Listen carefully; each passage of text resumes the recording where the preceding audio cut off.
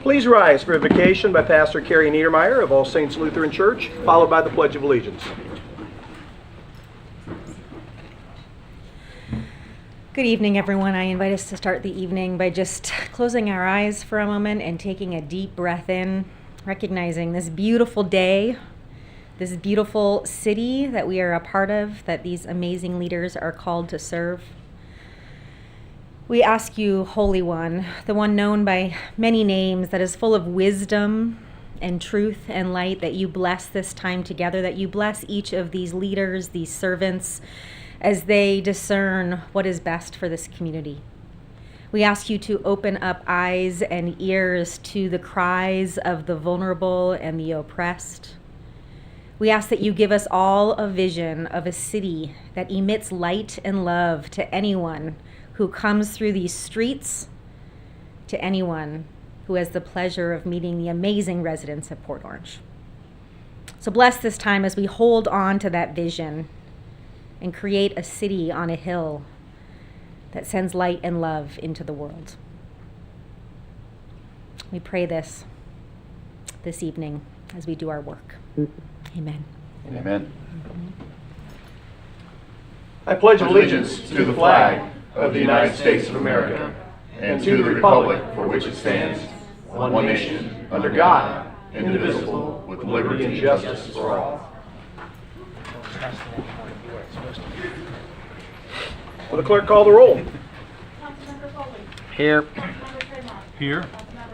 Here. Here. Here? Okay, go. I'm not the only one that's here, I could tell from the... Enthusiasm. Good job. That brings us to item 4, Childhood Cancer Awareness Month.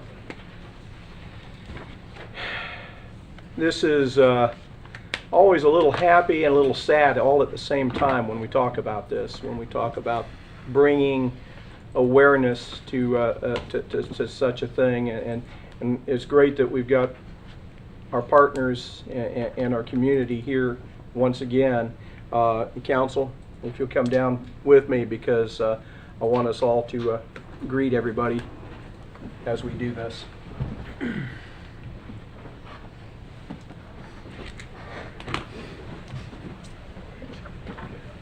if you're wearing gold, would you stand up?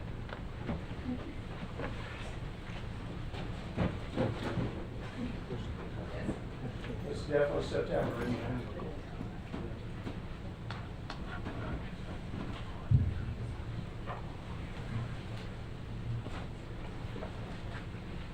And I'm going to ask Scott Stillman to read this proclamation this time for me.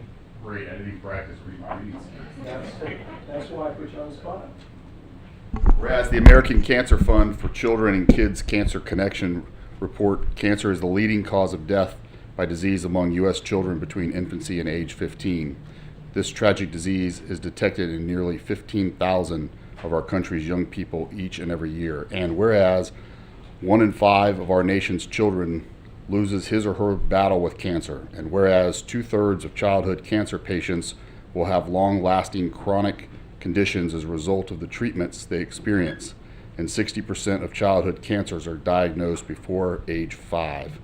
And whereas the American Cancer Fund for Children and Kids Cancer Connection provide a variety of vital patient physiological services to children undergoing cancer treatment at participating hospitals throughout the country, thereby enhancing the quality of life of these children and their families. And whereas childhood cancer spares no ethnic group, socioeconomic class, or geographic region, and it is essential to raise awareness and funding for pediatric cancer research. And whereas throughout this month, we remember the children and family whose lives have been forever altered by childhood cancer, as well as the dedicated professionals, organizations, individuals, and communities who support and care for them.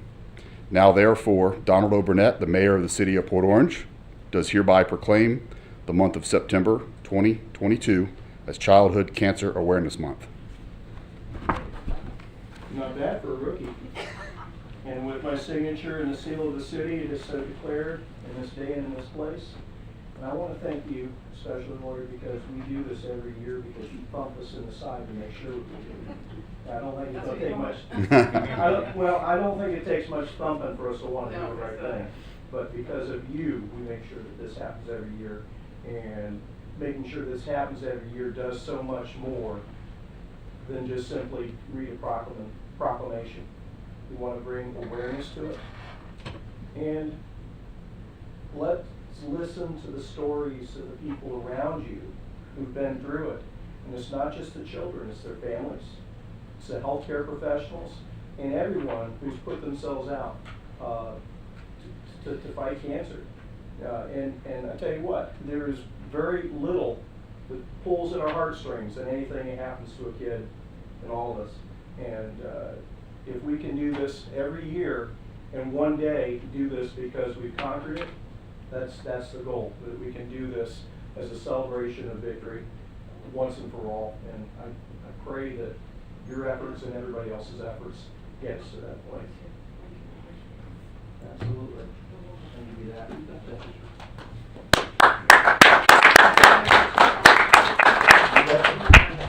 That's why the microphone's here. That's why I called you up. Okay. I don't like speaking, but I know he went over a lot of numbers, but I'm just going to give you 2 numbers to put things into perspective for you. Every day, 46 kids are diagnosed with cancer. Every day, 7 kids die from cancer. To me, that really puts it into perspective. You can read a lot of numbers, and to me, you just break it down to that. What happens every day? Every day, 46 kids, and every day they are diagnosed, and every day 7 die. And you may feel like, there's nobody in my family. I've never really been struck by it, but you will. Sadly, you will. Someday, it's going to either strike your family or somebody, that you know and love.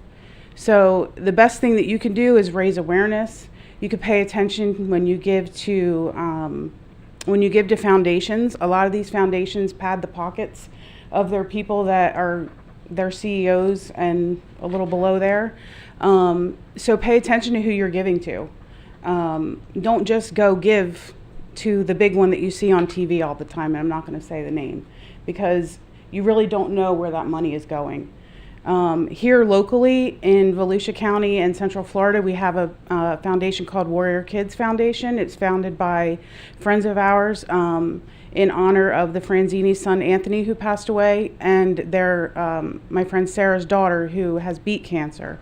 And that foundation is strictly to help families financially, spiritually, emotionally within Central Florida. So if you or anybody you know knows a child or family that needs assistance, please reach out to Warrior Kids Foundation. You can find us on Facebook, Instagram. You can just Google. You'll find Warrior Kids Foundation. It's based out of DeLand. Secondly, that if you want to give monetarily, there is Warrior Kids, you can as well. But the foundation that the Franzinis work with is called The Cure Starts Now. And they give 100% of their monies that are raised, 100% goes to research to find a cure. And they're trying to find a cure for the deadliest cancers, because they believe if you find the cure for the deadliest, you're going to find a cure for all of them. So with 100% of their monies going to that, to me, that's the foundation I would want to give to, or a foundation of the likes.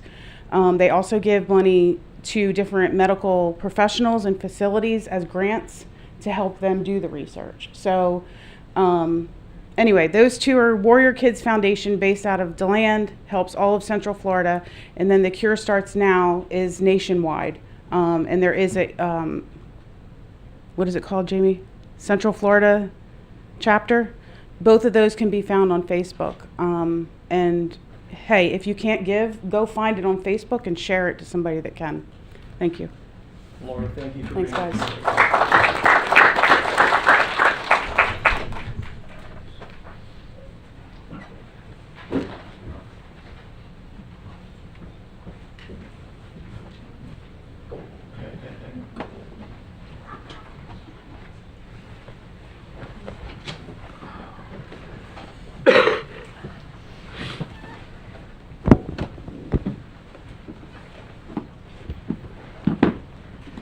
Item 5, do we have any comments on anything on the consent agenda? Robert, you got nothing? Okay. And do you have a motion to approve the agenda for this evening? And if you would you pull 8B from consent for me? Move to approve the consent agenda, with the, Well, we need to move to approve the agenda for the evening first. yes, that. So we have a motion to approve the Second. agenda for the evening with removal of 8B from consent. And we have a second. All in favor signify by saying aye. Aye. We have a motion to approve the remainder of the consent agenda. So moved. Second. We have a motion proper second. Call the roll. Councilmember Colbert. Yes. Councilmember Tremont. Yes. Councilmember Bastion. Yes. Vice Mayor Stiltner. Yes. Mayor Burnett. Yes, 5-0. 8B, reason why I had that pulled is it seems like a recurring theme, Wayne, that there are very few bidders, or in this case, when you knock off the unresponsives or the unqualified bidders, one every year, and we're now, granted, I know the price of materials continues to go up, but it seems like when we're in a non-competitive situation, that we're stuck paying a leveraged price. Is there anything that we can do? Have we talked with other cities and see what everybody else is doing to try to improve that situation, get more bidders? We have, people face the same challenges, that we don't do enough concrete work to generate the level that you see from a lot of these other companies, so that's where our challenge is.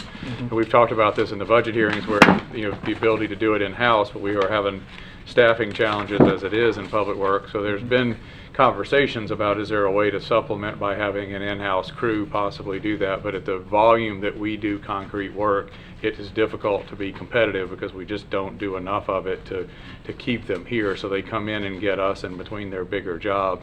We're very fortunate the company that's doing it has been around for a long time and has done a good job for us over the years, so it's a positive that we have that opportunity, given that we're not in the strongest of positions, but we will be rebidding it again later in the fiscal year.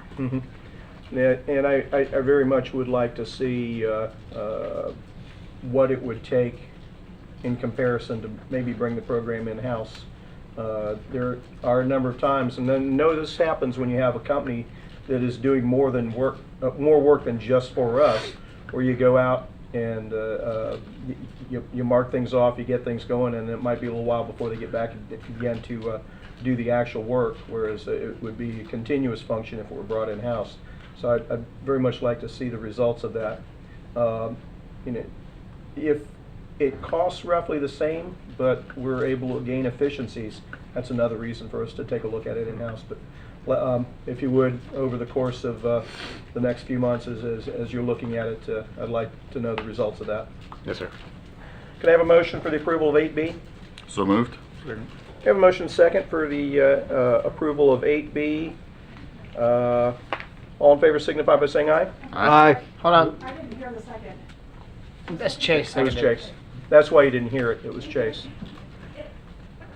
Holler at me. Motion approved. That brings us to public participation. Mr. Joseph Adasio. I almost said Steve Adasio. Yep, right here. Tell us who you are and what's on your mind. My name is Joseph Adasio. I'm a resident of Port Orange. I'm also the vice president of our homeowners association for the South Winds development off of Clyde Morris. What I'm here for is we've had some concerns from some citizens in the development. It was discussed at our last board meeting at the intersection of where South Winds meets Madeline. The northeast side of that, the overgrowth coming up to the road, coming up to Madeline, is getting to a dangerous level where you can't see. It's a bad spot. Southwind sits a little bit lower than Madeline, and it's that part on Madeline where you kind of go up the little hill. So you have, as you stop at the stop sign at the white line, looking at the traffic coming towards you, or going in front of you, excuse me, to make, say, a right turn or a left turn, you could maybe see 20 feet, if lucky, 20 feet before you hit the bushes. So you've pretty much kind of have to gun it from the stop sign, which is not a good thing to do. We get a lot of kids there. The school bus stop is right across from that. I'll call it a T because it's not really a true cross intersection. But it was something that we would like to see if that overgrowth could be cut back. So that's pretty much why I'm here. Thank you. Appreciate you. Just to let everybody know, I did talk to Mr. Adasio before the meeting, and I asked the city manager to look into it for him and get back with him, and he'll be getting back with you. Mr. Adasio, before you go, I just want to share with you, and you can take it back to your homeowners. We have a really good feature on our website. It's a citizen connection program or process, if you will. So anytime they see stuff like that, especially when it's something of a safety nature like that, by all means, they're always welcome to come to a council meeting, but they can go right on that, click that, enter that in, and that's stuff that the city manager can track as well. So There was a little confusion because we do have an off-site manager okay, so at the meeting there was a little bit of confusion of people having called sure, City Hall, so it was kind of like where it was suggested somebody come, and I said, you know what, I'll come, and sometimes a face-to-face is a little bit better than over Yep. We're glad the you're here. phone. it is. Oh Yeah. yeah, absolutely. But yes, I've No worries. seen that Yep. option, so thank you. Yep, no worries. Have a good day. Yes. Robin, did I have any others? No, sir. Okay. Council comments. Reed, you got anything for us tonight? Nothing tonight. Chase? No, sir. Scott? Drew? Nothing tonight, Mayor. Okay. You guys are easy. I just wanted to share with you that I told you all before about this last Sunday on the 11th, a couple Sundays ago. We did the 9/11 ceremony in conjunction with Halifax Hospice invited us. Our police honor guard was there. Fire department was represented, and I was very, very happy to participate in that ceremony myself. And I hope that that becomes a regular thing every year from Halifax Hospice, because it was very well done and very well represented. And they have, for those that don't know it, a 9/11 memorial in front of, with a piece of the girder right in front of the Halifax Hospice building here in Port Orange. So if anybody wants to go visit it, you can do that at any time. So I just wanted to share that with everybody. With that, board appointments, interviews, and reports, Citizens Advisory Committee for the TPO, Mr. Bobby Ball. Good evening. Bobby Ball with the CAC for the TPO. Pretty normal meeting this month. Nothing really unusual. We did get an update on the long-range transportation plan update, and then some usual TIP updates, and then really a interesting presentation on public involvement, which was surprising in some ways and disappointing in others. But that's really about it. The TIP subcommittee is going to meet, which I'm on, and we'll look at improving the process and then ranking projects next year. So, that's about it. Any comments or questions for Mr. Ball? You guys are moving right along tonight. Thanks, Bobby. Good to see you. Thanks, Bob. Public hearing portion of the meeting is now open. We've got item 14, second reading of ordinance number 2022-23, an ordinance of the City of Port Orange, Volusia County, Florida, amending Chapter 50 of the Code of Ordinances to establish Section 50-40, prohibiting smoking and vaping in parks, providing for exceptions, providing for definitions, providing for codification, providing for repeal of conflicting ordinances, providing for severability, and providing for an effective date. Move to approve ordinance number 2022-23. Second. We have a motion, proper second. The item's open and on the floor for discussion. Council comments or questions? Based on the title, Matt, I'm assuming you discovered we could include vaping in this, so we're good on that. All right. That was a great idea, Drew. Yes, it was. Thank you. And this basically puts us back to where we were before we were prohibited by the state. Now we're allowed to, again by the state, to regulate these things in our playgrounds, and I think it's the right thing to do. Would anyone here care to speak to the item? There being none, back to us. Council, final comments? There being none, call the roll. Councilmember Foley? Yes. Councilmember Tremont? Yes. Councilmember Bastian? Yes. Vice Mayor Silverman? Yes. Mayor Burnett? Yes, 5-0. That brings us to item 15, first reading of ordinance number 2022-24. Ordinance number 2022-24 is an ordinance of the City of Port Orange, Volusia County, Florida, rezoning property consisting of approximately plus or minus 3.2 acres from community commercial to governmental use, authorizing revision of the official zoning atlas and providing for an effective date. Move to approve ordinance number 2022-24. Second? We have a motion, proper second. The item is open and on the floor for discussion. Wayne, who do we have here presenting before us? You have Gideon Smith, Community Development Department. There you go. Thank you, Mr. Mayor. Gideon Smith, Planning. This item is a rezone request for Port Orange Christian Church to rezone their property located at 904 Taylor Road from community commercial to government public use.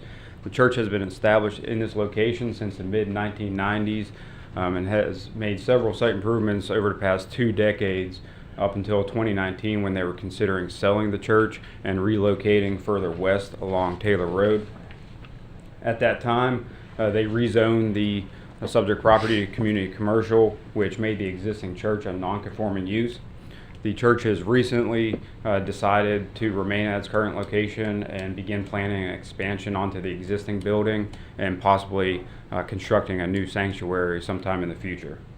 So now that they intend to stay at this location, the subject property needs to be rezoned back to government public use to allow for the expansion of the existing church. Planning Commission considered this item at their August meeting and recommended approval. And with that, this concludes my presentation. The applicant and the pastor of the church are both here tonight and can answer any questions you may have. Council, it seems that this one's pretty cut and dry. We're going back to where we were before, and, Yep. and they'll actually be improving on what they got. Any comments or questions? There being none, let's hear from the public. Would anyone here care to speak to the item? Anybody but Joey. There being none, back to council. Final comments or questions? Call the roll. Councilmember Foley? Yes. Councilmember Tremont? Yes. Councilmember Bastian? Yes. Vice Mayor Silverman? Yes. Mayor Burnett? Yes, 5-0. I couldn't help it, Joey. Thank you. Well, you do it in 6-minute increments for some reason. It's an occupational hazard. I don't know.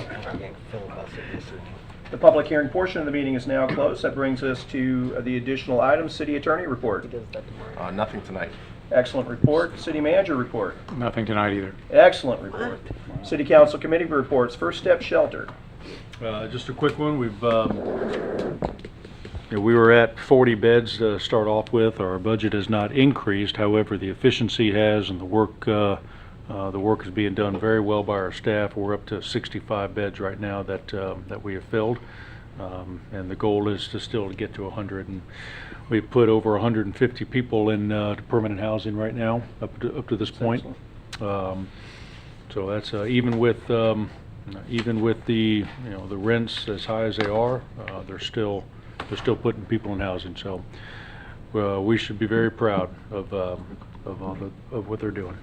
I know we had somebody, I saw in our weekly, a couple weeks ago, we had somebody I know that a lot of times our officers will contact and make a contact, and you can't make anybody go. But it is there, and we had somebody accept that offer of help just a couple weeks ago. And I'm glad that we have that, and it's something that's very important, and not just simply because I want to be compliant with the law, but we need to do the right thing, and certainly appreciate your service on that board. Well, and it continues to give the tools to our law enforcement to keep our parks safe, and that's a big deal. Indeed. Art House. Nothing updated right now, but they're appreciative as to where we're at in the contract. All right. Port Orange South Daytona Chamber of Commerce. Usually we meet on the third Friday, but I had a Florida League of Cities committee meeting in Kissimmee last Friday, so we'll be meeting this Friday instead. Roundtable of elected officials was supposed to meet this month, and even though the schedule's been out for the whole year, I got an email that said that there were tons and tons of conflicts the county level. I don't know what that meant, but it did mean that the roundtable of elected officials meeting got canceled. So it looks like they won't be meeting again till after Election Day, which I think is, yeah, I'll let it speak for itself. Fire pension plan. Yeah, so I told you guys 2 weeks ago that I didn't have the report because I was unable to attend, but I had it sent over to me. For the quarter, the fund lost $4.6 million, which is about 11.4%. And on the 1 year period, it's now down $5.9 million, which is 13.9%, which is behind the strategic model. I'm going to be doing some research as to how that stacks up against our other pension plans for our general employees as well as our police, and see if we don't need to make some considerations of movement on that plan, because we can't continue to underperform on the upside and then underperform on the downside. That you're not going to get any momentum that way. No, indeed. Very disappointing. Progress, but in the wrong direction. Is the 5.9 million number, is that a loss from the actual gross line or market value line, or does that include what the projections would be to try to meet the assumed rate of return? No, that is even worse than the assumed rate of return, which they have in here. I'm looking at the report in front of me. And what I also That's thought just was pure market value. yeah, and net of fees, it's actually 14.3. So it's over 14% net of fees that they have lost in a 1 year period, and that's 12 months rolling. Obviously, that's not since the first of the year. So that's quarter 4 through quarter 3. So yeah, extremely disappointing. Okay. Any other business come before us this evening? There being none, until tomorrow night. Have a good night, everybody.